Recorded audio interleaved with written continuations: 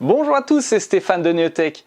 Aujourd'hui, nous allons parler d'un véhicule qui a fait parler de lui, que ce soit lors des lives ou sur les réseaux, c'est l'OpenRC F1. Effectivement, ce véhicule footprintable est génial comme projet.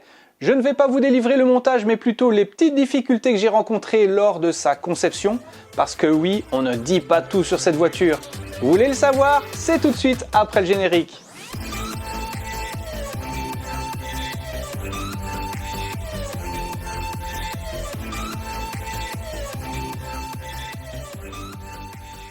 Et oui, l'OpenRC, c'est un magnifique projet que l'on peut entrevoir, particulièrement maintenant, si vous êtes en confinement. Il y a de quoi vraiment passer une paire d'heures à imprimer cette voiture, à bidouiller, à chercher, à commander les pièces, parce qu'il en faut quelques-unes. Je ne vais pas vous expliquer le montage parce que Daniel Norray l'a déjà très bien fait. Daniel Norray qui est le concepteur de ce véhicule. Je vais plutôt vous expliquer les difficultés sur lesquelles j'ai buté un petit peu parce que les difficultés que j'ai rencontrées seront sans doute les difficultés que vous rencontrerez. Alors on va détailler ça, on va voir les différents points, step by step, comme disent si bien nos amis anglais. Et on va après aller sur la route ensemble et vous allez voir, c'est pas de doux repos. Alors comme je le disais, on va voir point par point sur les petites difficultés que j'ai eues pour la fabrication de cette OpenRC. Déjà, notons au sujet de la carrosserie. Vous avez une carrosserie dans ce cas-là en deux tons, c'est-à-dire avec des inserts noirs sur une carrosserie vert kiwi, un truc dans le genre. Toujours est-il qu'il faut bien choisir alors les différents types de carrosserie que vous allez imprimer. C'est-à-dire que vous devez choisir les fichiers bicolores et non pas standards, hein, parce que sinon vous n'allez pas savoir intégrer ces petits inserts noirs. Alors concernant les inserts noirs, on va prendre celui-ci en exemple.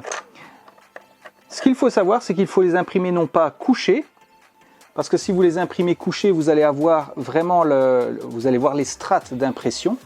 Je vous conseille vivement de les imprimer debout sur un radeau. Alors ça va vous permettre d'une part d'avoir un minimum de faces abîmées avec les supports, c'est-à-dire les bouts ici et le dessous.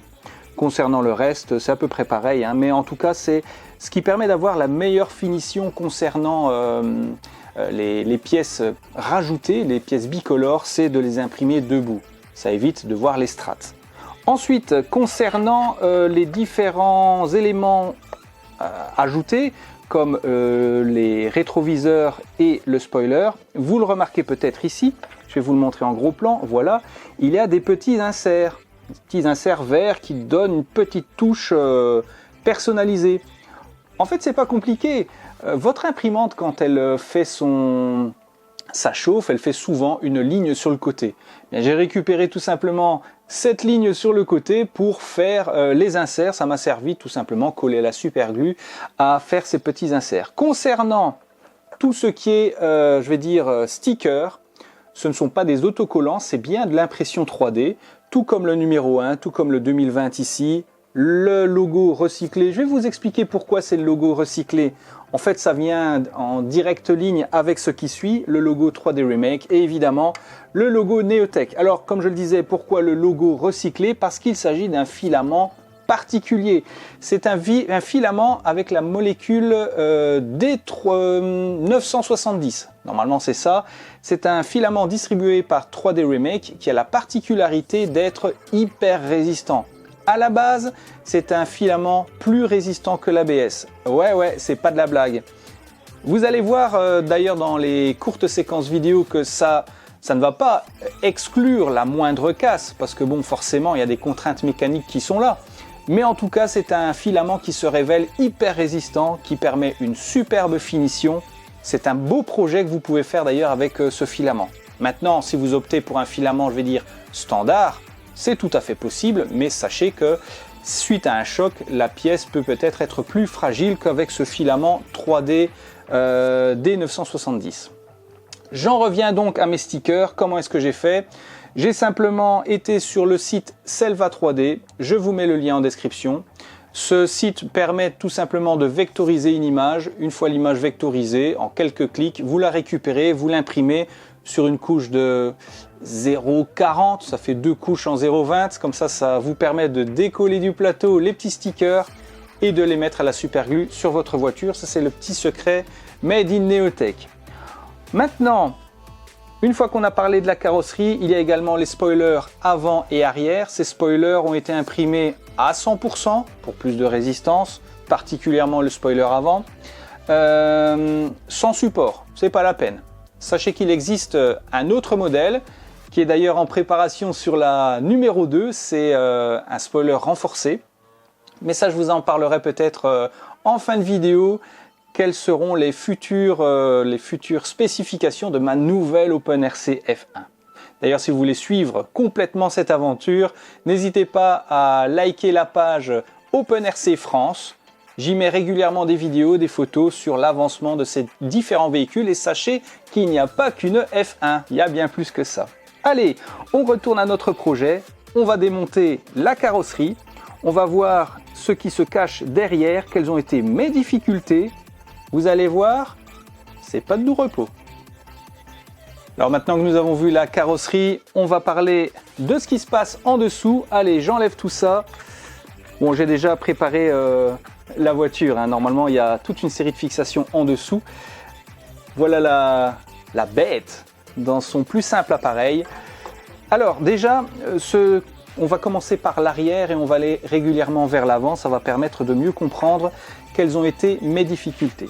La première, c'est déjà de connaître simplement le type de moteur qu'il y a dans l'OpenRC, parce que c'est pas spécialement spécifié. Je vais presque dire par hasard, j'ai découvert que c'était un 540, un moteur 540. Donc, dans mon cas, j'ai fait le choix d'un moteur Bruchhead. Sachez qu'il existe, je vous mettrai les différents liens en description, qu'il existe des moteurs brushless, c'est-à-dire sans brosse. Ils sont beaucoup plus puissants, mais plus puissant ne veut pas forcément être un avantage dans ce cas-ci, parce que sachez qu'ici, il y a des pneus en flex, et les pneus flex, c'est pas la meilleure option pour avoir une tenue de route correcte. Une tenue de route correcte, j'y arriverai. Concernant les pignons, c'est du plastique, mais je le rappelle, plastique avec la molécule D970 qui est hyper résistant au choc, à la friction, etc. etc. Ensuite, placer les différents éléments, batterie au centre pour le centre de gravité, cela va de soi. J'ai fait le choix d'un récepteur 6 canaux, même si 3 canaux suffisent, mais j'ai pris un 6 canaux parce que je pense toujours, s'il faut mettre des options, comme des lumières, pourquoi pas. Mais ça aussi, on ne va pas trop spoiler. Et l'ESC qui est livré avec le moteur. C'est à peu près tout. C'est tout? Pas forcément. Il y a également le cerveau. Ouais, le cerveau, c'est un SG90. Ce cerveau, dans ce cas-ci, c'est un standard, avec des pignons plastiques, mais il existe évidemment des cerveaux avec pignons métalliques, beaucoup plus résistants. Alors vous allez me dire, ouais, mais pourquoi tu as mis un pignon plastique s'ils sont plus résistants? Tout simplement parce que dans ce cas-ci, j'ai eu un souci, j'ai explosé mon cerveau avec pignon métallique, donc j'en ai mis un standard, et depuis, ça va très bien. En même temps, c'est peut-être un petit peu de ma faute parce que comme vous le voyez ici, la barre de direction n'a pas de V qui sert à temporiser les chocs. J'ai fait un arbre de transmission direct. Donc dès qu'il y a un choc dans la route, paf, ça part dans la direction, ce qui n'est pas très très bon. Alors maintenant que nous sommes au cœur de la direction, effectivement, il y a aussi un point sur lequel il faut veiller, ce sont les moyeux. Comme vous allez le voir ici en plan rapproché, quand on démonte la roue, bien qu'est-ce qu'on découvre? Évidemment les deux roulements, mais pas seulement, il y a ce qu'on appelle en mécanique le moyeu. Et ce moyeu, il peut poser certains problèmes, parce que si vous l'imprimez avec une impression, un remplissage partiel, qu'est-ce qui va arriver? Eh bien, vous allez avoir facilement de la casse. Comme vous le voyez ici, eh bien, le moyeu est imprimé à 100%. Vous mettez deux petits roulements de qualité, le tour est joué, ça vous permet d'éviter d'avoir de la casse. Je le précise, remplissage à 100%, c'est hyper important. Il existe également une pièce qui est formée en fait d'une seule pièce, donc le moyeu et la fusée. En mécanique, ça s'appelle comme ça. Donc, vous avez le moyeu ici, la fusée qui est là. Donc, il existe une pièce qui est printable en une. Ça existe. N'hésitez pas à opter pour cette option-là. C'est super facile. Hormis ça, bien, il n'y a pas beaucoup de difficultés, si ce n'est le choix de vos jantes. Vu qu'on est maintenant au niveau des roues, on va regarder maintenant le choix des jantes. Regardez, il y a une sacrée différence et vous allez remarquer que dans le fichier, il y a un choix entre une 104 ou alors la standard. J'ai pris la standard parce que je voulais vraiment aller jusqu'au bout du délire, c'est-à-dire imprimer avec du flex. Alors pour vos pneus, n'imprimez pas avec du remplissage, hein. Impression à vide. J'ai mis une paroi d'1.2, ça permet d'avoir une certaine résistance, mais en même temps une certaine flexibilité. En même temps, le flex, c'est pas la matière la plus résistante enfin la plus sympa pour rouler. Après, ce sera une question de choix. Si vous voulez vraiment de l'adhérence, vous allez opter pour les jantes F104 qui se reconnaissent facilement avec la petite bordure ici saillante. Si maintenant vous optez pour les autres pneus, eh bien, ce sera sans doute que vous avez choisi l'impression personnelle de vos pneus. Après, ça reste un choix, il n'y a pas de souci. Encore une fois, version numéro 2, la blanche ici, aura une option, j'espère que ça va fonctionner, avec des pneus en silicone. Ouais, des pneus en silicone que l'on moule soi-même, etc. À suivre en vidéo, évidemment, sur la chaîne de Neotech, cela va de soi. Concernant maintenant les choix techniques, eh bien c'est pas bien compliqué, ça va dépendre également de ce que vous allez choisir comme émetteur et récepteur. Pour ma part, je l'ai déjà mentionné, c'est du FlySky. C'est un bon compromis rapport qualité-prix. Sachez que l'ensemble, je ne parle pas de l'émetteur, mais l'ensemble ici que vous voyez sur la table, j'en ai à peu près pour 60-70 €. Donc, c'est-à-dire visserie. Je vous mettrai des liens vers une entreprise qui propose de la visserie à l'unité, à votre choix, c'est génial. Mais également, il y a les roulements. Ça, il faut quand même un minimum de qualité. Donc, l'ensemble, on revient à peu près à 70 €. Allez, je vais remonter la voiture. On va maintenant voir ce qu'elle vaut sur la route. J'ai fait des petites séquences vidéo juste ici devant. Et vous allez voir que ensuite, sur la deuxième séquence vidéo, ouh là là là là là, j'ai eu chaud. Allez, je vous laisse découvrir. À tout de suite.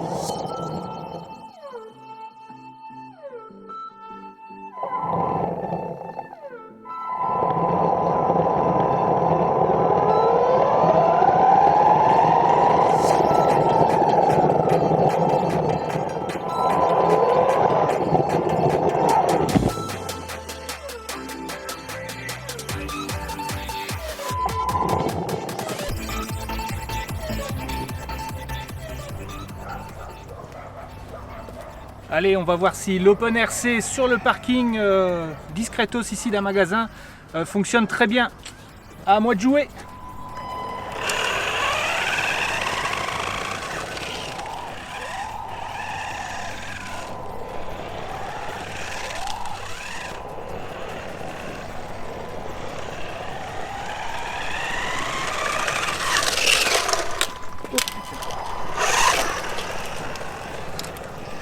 Ça patine assez fort, hein.